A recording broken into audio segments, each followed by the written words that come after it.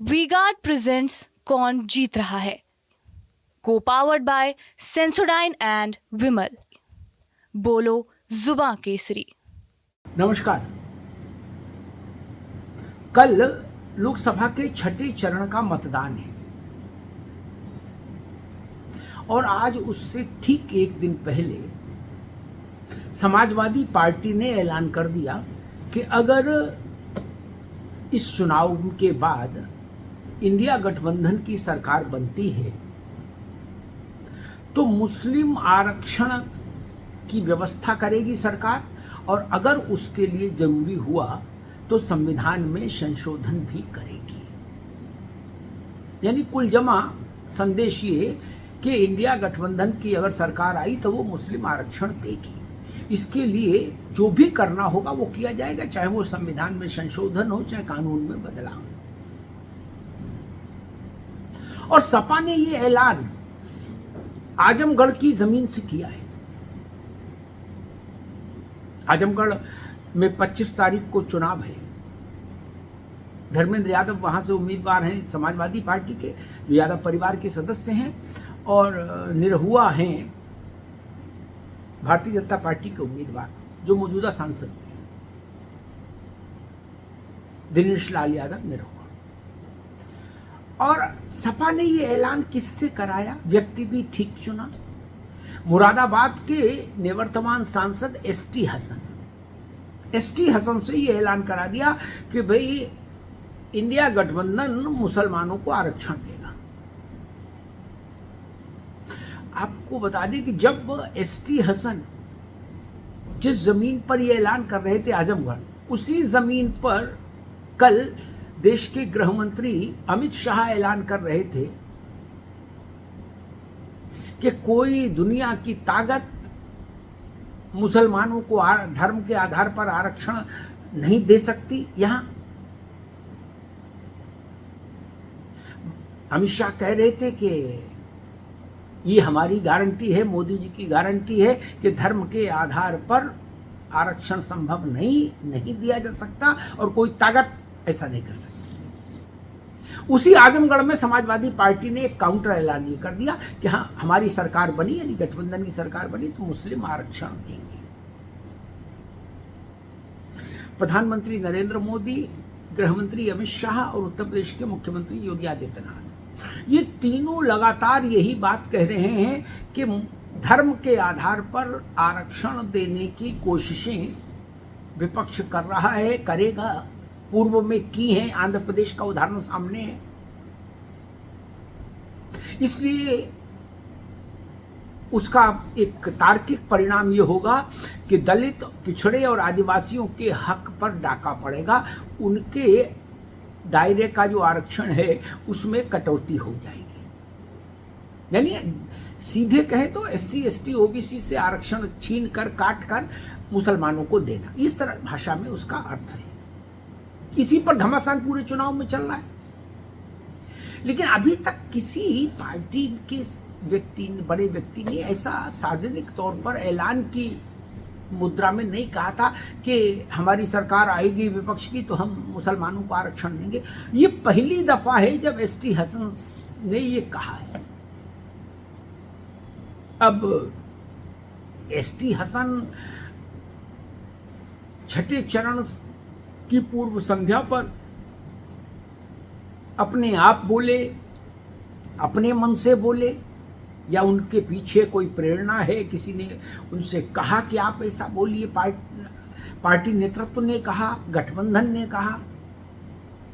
लेकिन एक मसला तो खड़ा हो गया। उत्तर प्रदेश में तो गठबंधन का मतलब ही अखिलेश यादव की पार्टी, वही लीड कर रहे हैं। और आरक्षण का मसला कितना गंभीर है अभी आपने पश्चिम बंगाल में देख ही लिया। ममता जी ने ओबीसी के आरक्षण में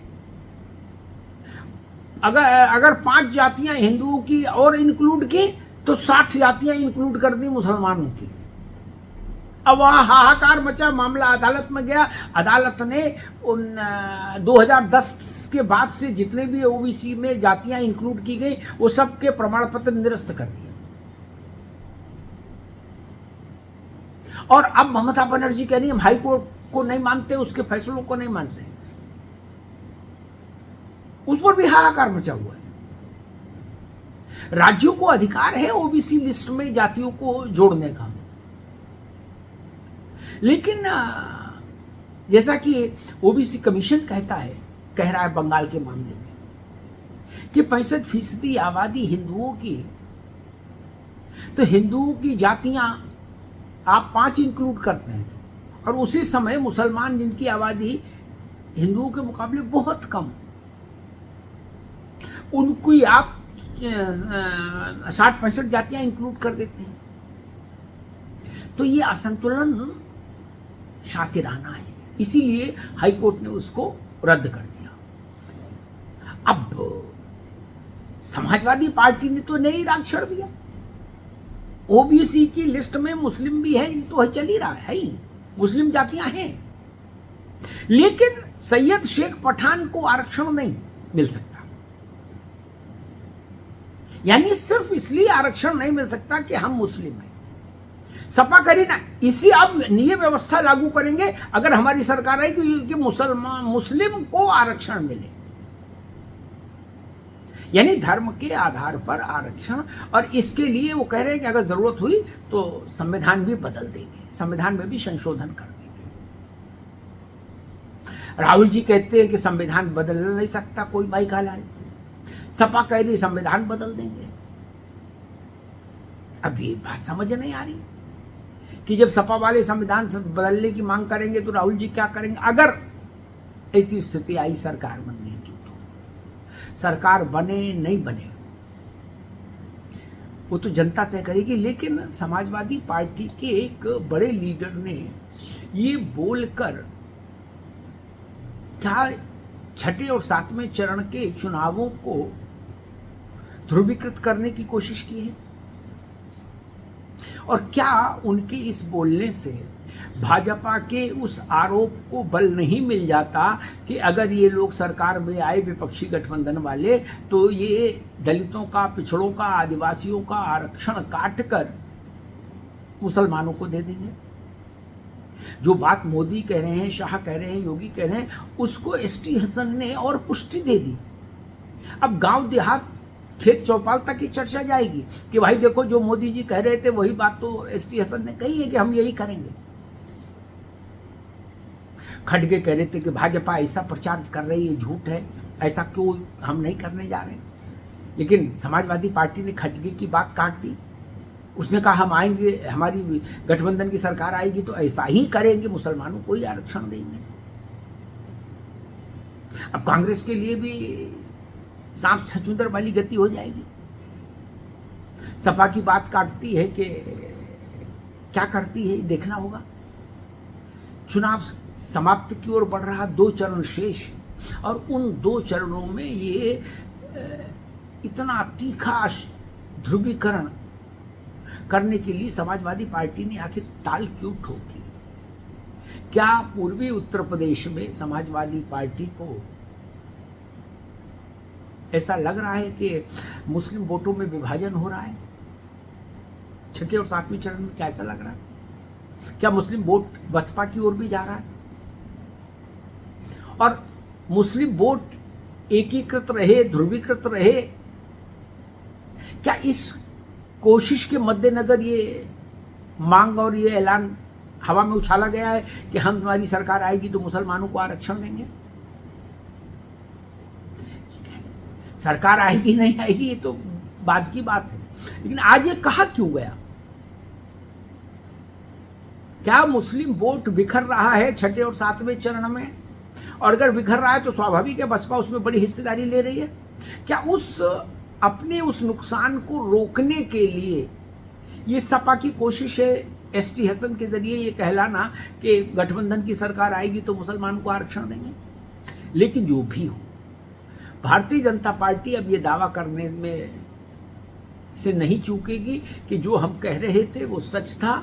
समाजवादी पार्टी के सांसद के मुंह से बात बाहर आ गई।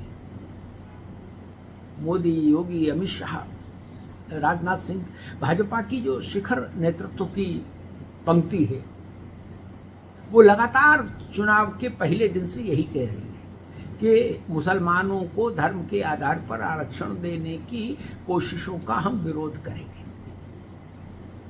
तो एक तरफ विरोध करने वाले और एक तरफ उसको लागू करने वाले गठबंधन, ये स्थिति बन गई छठे चरण के चुनाव से एक दिन पहले।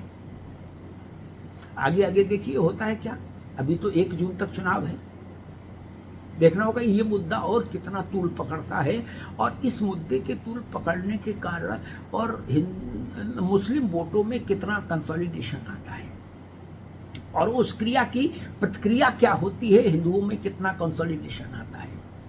ये सब चीज देखने की होगी, 1 जून तक नजर रखनी होगी। धन्यवाद। वी-गार्ड प्रेजेंट्स कौन जीत रहा है, को पावर्ड बाय सेंसोडाइन एंड विमल। बोलो जुबां केसरी।